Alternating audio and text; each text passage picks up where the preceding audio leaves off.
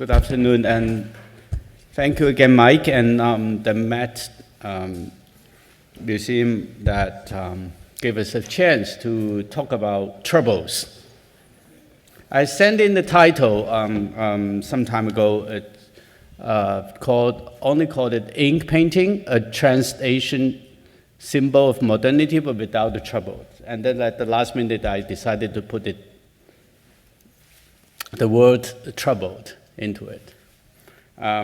Because as Martina just mentioned, that having a show of Chinese ink art in the Chinese section of the American Metropolitan Museum is a very interesting idea, and it's an idea full of troubles too, because essentially it's a question of a continuous difficulty to negotiate the notions of Chinese and American and the metropolitan, and as also this morning Professor Andrews just mentioned that there's a kind of cosmopolitanism being involved. So we are talking about globalization, we're talking about nationality, and all these notions are actually troubles for all of us. And I think ink painting itself is the best incarnation of those troubles, because simply the troubles started from here. When Martina just mentioned that the Yangjiang group was the latest sign of revival, a certain kind of scholarly, literati way of being artist. But what is interesting is actually when more than 100 years, 300 years ago, now how many? 200 something years ago, sorry, I have to calculate it, it's also trouble. When some Western missionaries arrived in China, and the trouble started because they brought into something really different from what the Chinese painting used to look like. But what is also more important is not only simply the formal aspect of this technique of painting, or the way of how the model perception has changed, but also the definition of the activity of being an artist has changed from that moment. When the missionary Castiglioni arrived in China with a kind of post-Renaissance skill of painting, being brought into the court of the Chinese emperor, it's not simply the moment that the emperor loved to look at the exotic Occidental painting, but also it's been very quickly institutionalized into the official form of expression. And from that moment, I think the Chinese get in contact with another world, which is the Western world. That's also the beginning of the colonial or imperialist power being putting on pressure on the Chinese.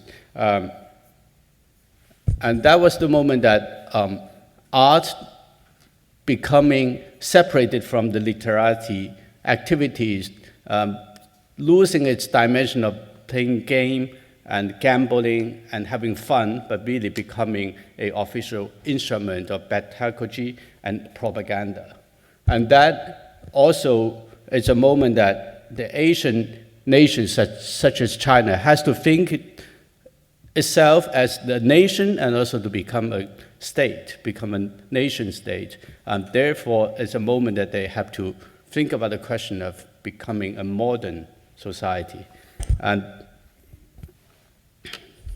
of course, this is not simply a Chinese phenomenon. Indeed, being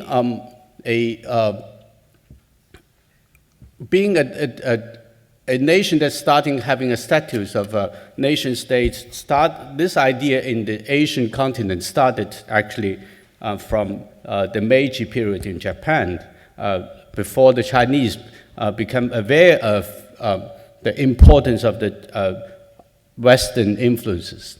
And very quickly, the Japanese become the leader of not only a kind of new modernity or new modern nations, but also in that region, but also become the first one who actually promote a kind of Asian modernity that claims to be a pan-Asian power. And so the day that when the Chinese, not only encountering the pressure from the Western missionaries, but also from the Japanese kind of power influence, that the Chinese has to negotiate with a double pressure. So all this actually started with this little picture of that we are showing here. And this morning, I guess Professor Andrews has been analyzing very closely the progress of the this beginning of this story. Here, I don't want to really repeat the same thing, but just simply to started my my explanation on my understanding of what ink painting has actually been becoming something else at the end of the 19th century, and it obtains a new status. And this status is the symbol of what I call the trans-Asian modernity.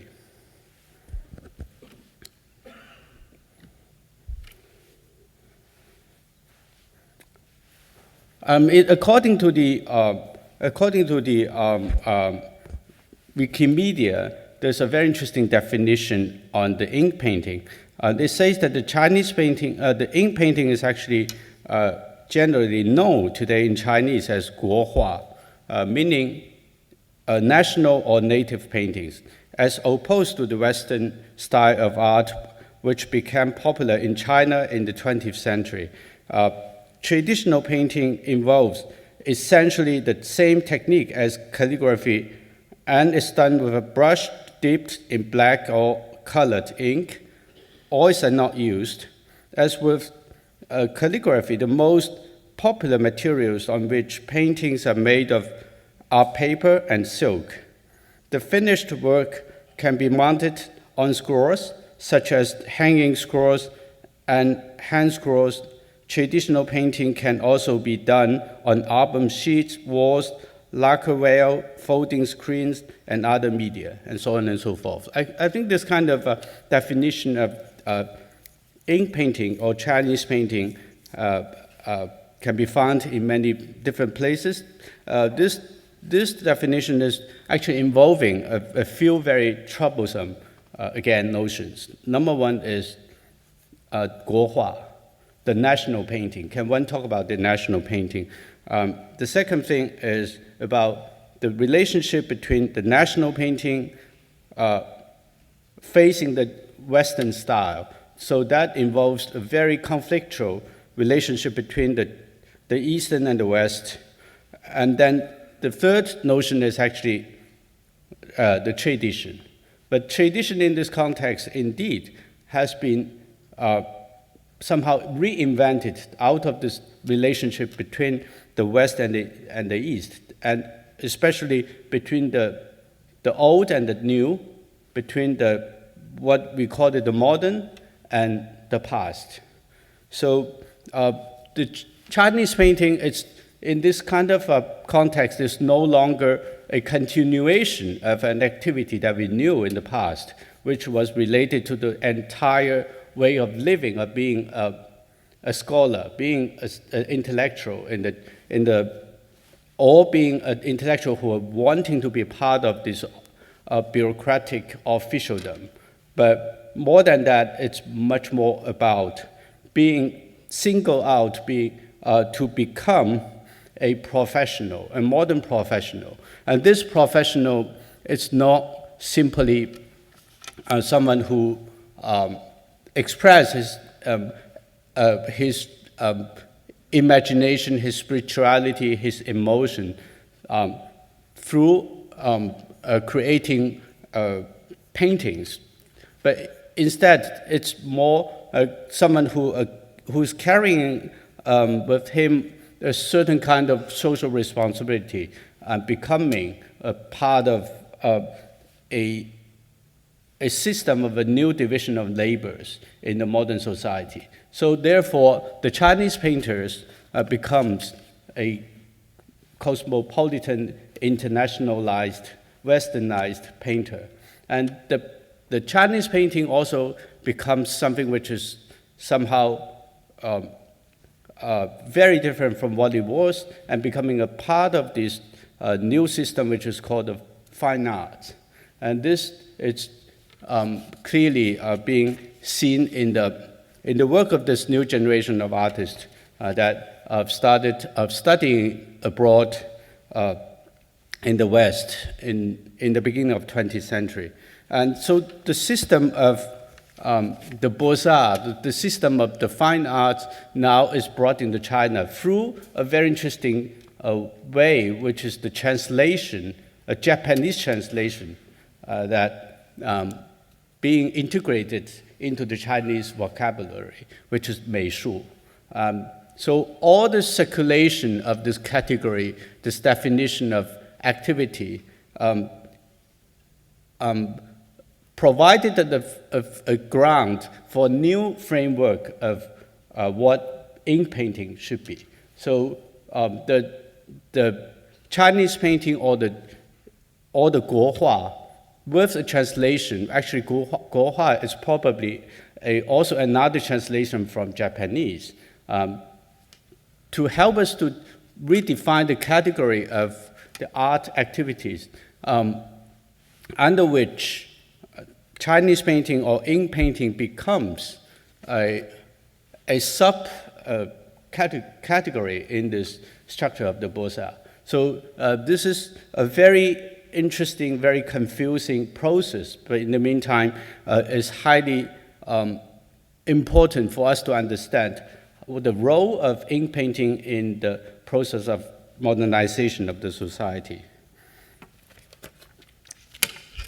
And what is interesting is also in this very particular moment that the Chinese artist has indeed many, many possibilities to re-engage with these new gained status of being a Chinese painter, and also through which they have many possibilities to redefine what a Chinese painting could be as a national painting. One can actually look into these two very interesting examples. The first one on the left side is Shibei Hong, and on the right side is Lin Fengmian. They both went to France more or less at the same time to study in the Beaux-Arts, following different masters. Sorry.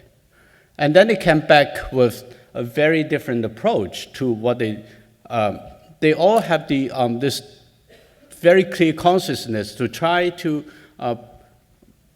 transform what they have learned in the West from the Western academic education to reinvent what the Chinese painting should be. So they all resort to ink.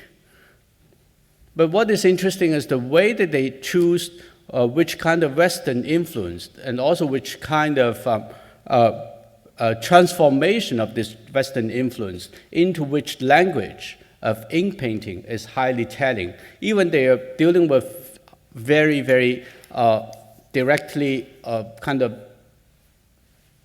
social, almost socialist kind of propaganda task. And you can see at this very interesting historical moment that they could, the Chinese painters have many choices to decide what kind of tradition should be the official tradition to lay the foundation for what Chinese painting should be. What is interesting is, at the same time, there are many artists who are also trying to carry out this mission, trying to transform their Western education into a new way of dealing with Chinese painting. But at the end, I will come back to this. And what is finally have been successfully dominant is the political power that makes what we consider as Chinese painting, the national painting, somehow becoming a continuation of Shibei Hong's choice to be academic and the influence of socialist realism. And this is a very interesting story that tells us, indeed, the making of the formation of Guohua in the Chinese context and also in the Asian context tells how the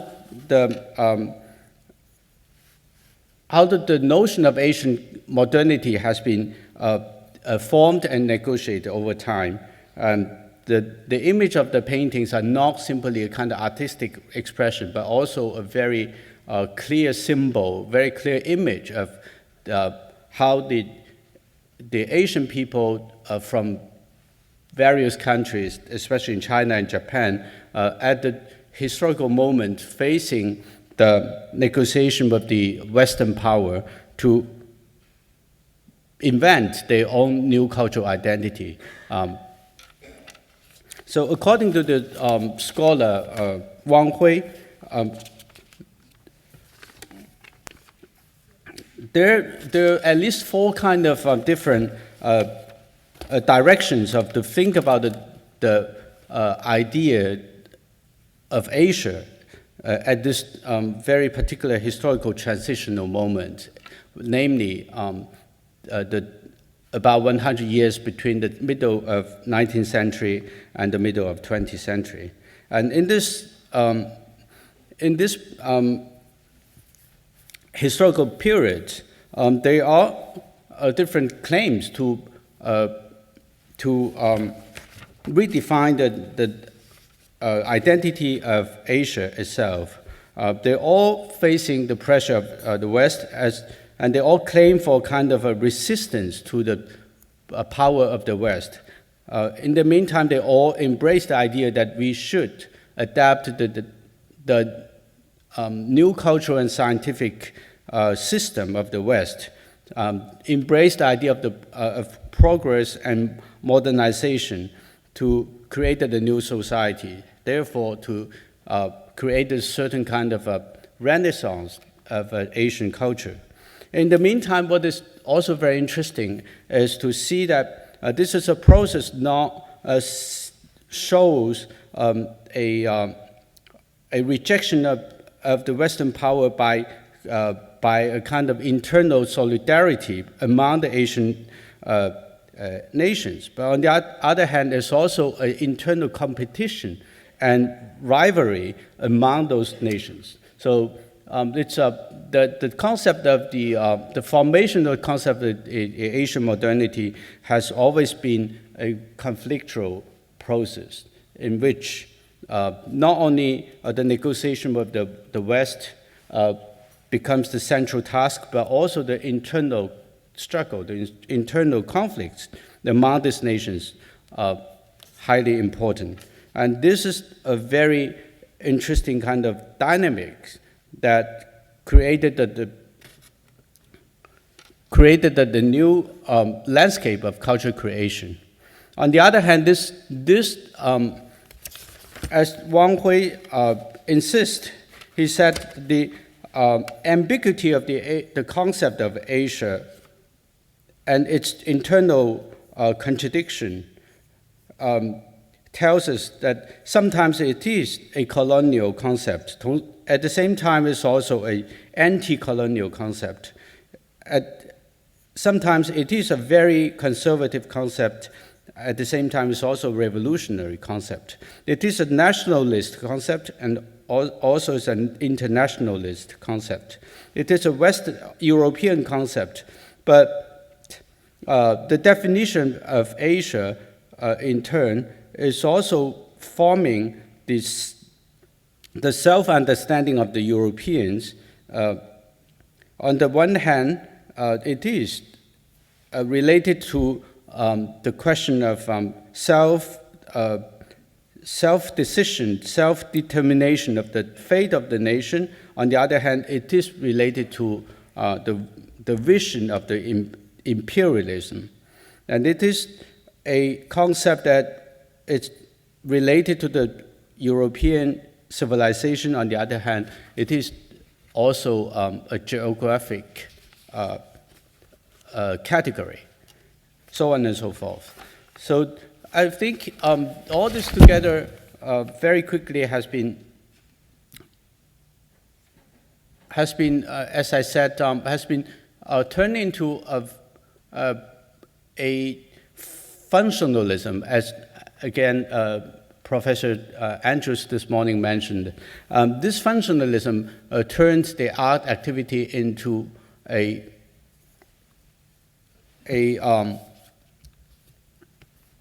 new kind of social structural force through institutionalization. We can see here the evolution of a different kind of, different periods of the Chinese academic education in the arts. So in the 1920s, when Liu Haishu started the first model class in Shanghai, was seen as a huge scandal. But on the other hand, it is the announcement of the first establishment of the first Chinese academic education of fine arts. And this becomes a common foundation for all the artists involved with, all the artists. It doesn't matter that the artist is a Western style painter or traditional ink painter. And to become an artist in this kind of context, one must go through a very conservative traditional academic training. And then in the modern times, in the contemporary times, the Chinese contemporary art schools continue with the same kind of system. And the idea of the Beaux-Arts has been perpetuated. And so, and it created also a kind of social frenzy in terms of creating an expectation for the younger generation to become artists. So you can see these three pictures shows for almost 100 years, this educational system has not really been involved, but instead it's been amplified. And here actually one encounters a very interesting question. It's the question that in the heart of the understanding of modernity in the Asian context, if the Western knowledge should be simply application to a continuation of Chinese or Asian body, in other words, in the Chinese expression, it was called 中学为体，西学为用, or to the opposite. Indeed, the new generation of artists has been basically trained in the system of Western body, and then apply the Chinese, the traditional language into their usage to create a certain kind of artistic expression of paintings, which actually are essentially a kind of Western painting with a Chinese or so-called traditional outlook. And this is also something that should be questioned. So you can see very interestingly the transition from Wu Guanzhong's, the adaptation of Wu Guanzhong's painting from an oil painting to a kind of Chinese-ized oil painting actually tells very clearly how the Western, how the Chinese body is no longer a body, it's only, is actually being turned into the opposite. So we are all growing in the context which is indeed 西学为体，中学为用.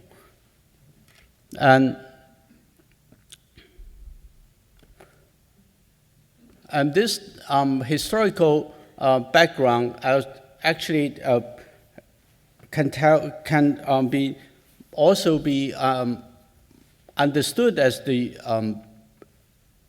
a foundation for us to understand what has been happening for the last 20, 30 years when Asia, when the Chinese artists becoming going out from the Cultural Revolution kind of period, going to embrace the world. In the beginning of the so-called open and reform period, the first generation of Chinese avant-garde artists, they have been very quickly looking into the outside world, to look for inspiration for their invention of new style of Chinese painting. And of course, you know, as I try to explain that in the earlier periods, the making of the contemporary, the modern Chinese painting has been very much influenced by this interaction between the Chinese and the Japanese. And the early generation of Chinese painter went to Japan and brought back a certain kind of more contemporary and modern approach to reform the Chinese painting. And this is the first, one of the first generation of painters who studied in Japan, Gao Jianfu, and brought back not only a new way of painting that deeply influenced by the Japanized Western style of painting, but also, you know, bring back the whole idea of subject matters related to industrialization and modernization. And then 50 years later, in the beginning of the 80s, what is also very interesting is to see the Chinese artists about looking into a new possibility of modernizing their paintings. The first reference is actually very directly going into their art discovery through the proximity of their neighbors. So Yang Jichang's first period of painting are very much influenced by the Japanese painters who were dealing with the question of the war. And then very quickly the Japanese influences were brought into China with this famous three yamas. These three artists who all have names finished by the word shan was called Sanshan, was Hirayama, Kayama, and Higashiyama. These three painters actually in the early 80s had a very important impact on how the Chinese artists actually look into a new way of reinventing their national paintings. As just Martina was mentioning, the generation of Yuan Yunsheng, I guess the first, one of the first influences for that generation of artists have to do a lot to do with these three yamas. And then another very important proximity influence was from overseas Chinese. I guess many of us have already mentioned artists from Taiwan, and especially someone like Zhao Wuqi, who who managed to be a successful abstract painter in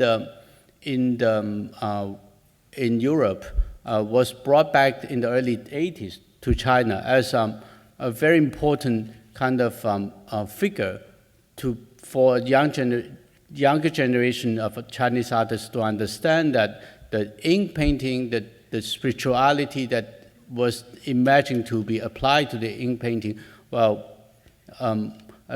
also having a very important influence on the making of modernism. Therefore, they find out an interesting justification in terms of evaluating their own efforts to invent abstract ink painting in this process. Of course, another influential figure was Liu Guosheng from Taiwan. And then very quickly, the Chinese artists starting to discover the interaction in the Western painting, between the Western painting and the so-called Oriental influences. So someone like Marc Rothko and Franz Klein, being discovered by this generation of artists in the 1980s, and very quickly there's a kind of dialogue or comparison possible being brought into the debates. So apart from many personal reasons, I guess there's a kind of a zeitgeist that allowed this generation of Chinese painter to reinvent the Chinese painting through abstraction. And then very quickly, we can see that this example is not only happening in China. Of course, this interaction between the so-called Oriental spirituality and abstract painting has been somehow identified, embraced by many artists from the Asian region. So there's a kind of interesting circulation of not only a form of abstraction that related to ink painting, but also the whole cultural expectation that try to reimagine a new identity of a modern Asia has been somehow realized in this process. And then with the rise of the Asian economic power, the Asian artists increasingly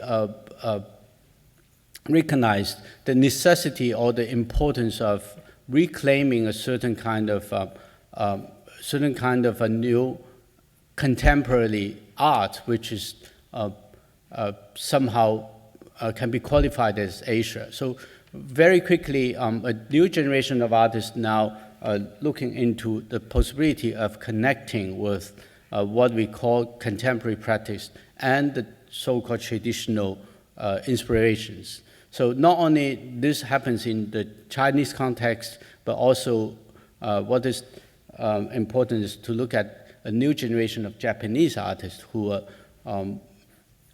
resorting to the same strategy of claiming a new cultural identity for the so-called Asian modernity.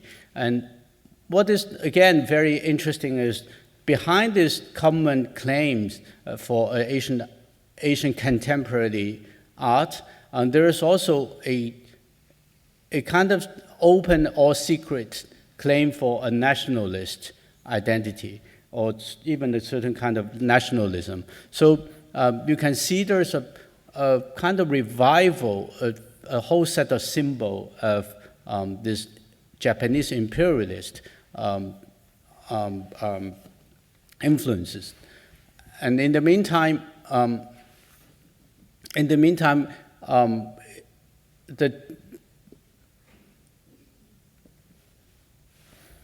the Chinese artist Yang Zhichang also somehow, it's trying to bring this further to deal with a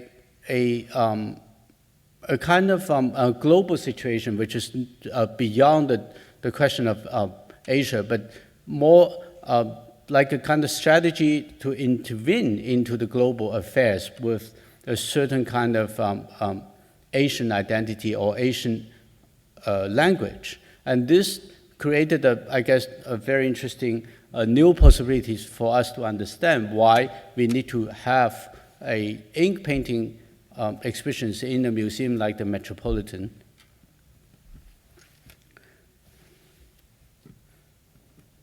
And this, again, this kind of concern, it's been expressed in a very similar kind of works, which even more openly embracing the influence from the so-called traditional either Japanese or Chinese paintings, and to turn into a highly contemporary language, which is combining ink painting technology and the animation technology. And that goes across China and Japan and also Korea and so on. And another very interesting example of this this relationship is not only conflictual, but also that generated a lot of possibility of exchange, collaboration, and interaction among artists who are from those different, similar but different kind of context. So here are two examples of this kind of interaction.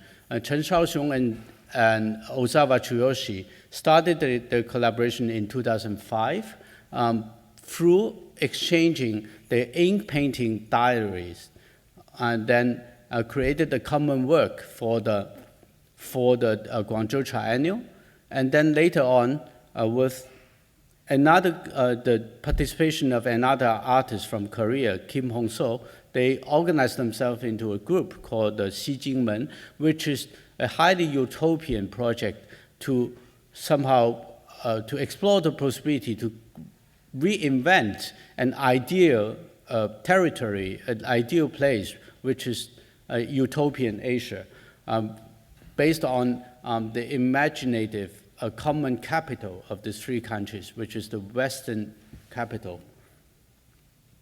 And this kind of strategy, it's not only limited in the Eastern Asian context, but also there's some comparable examples that to be found in places like the other side of Asia, such as Pakistan. So this is two very interesting examples of how the contemporary artists are trying to resort to the influence of the tradition, or by reinventing this tradition, adapting to the contemporary technology, that trying to claim a new possibility to be active in the global scene by not only simply participating in the global dialogue, but bringing this kind of hybrid form of the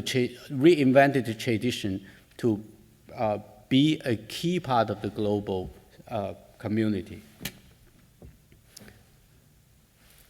At the end, the question of how much one can actually re-understand this interactive relationship historically to re-found a new understanding of what global contemporary art means has been explored by, for example, this kind of project, like the Third Mind exhibition in the Guggenheim.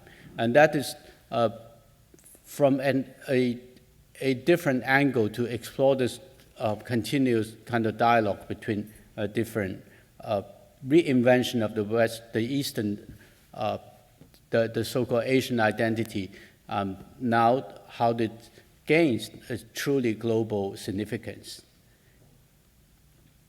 At the end, again, I wanted to end up with two images, which is Huang Yongping's famous work that washed the contemporary, the modern painting history of Western painting and the Chinese painting together, and the history of Chinese painting together, as a way to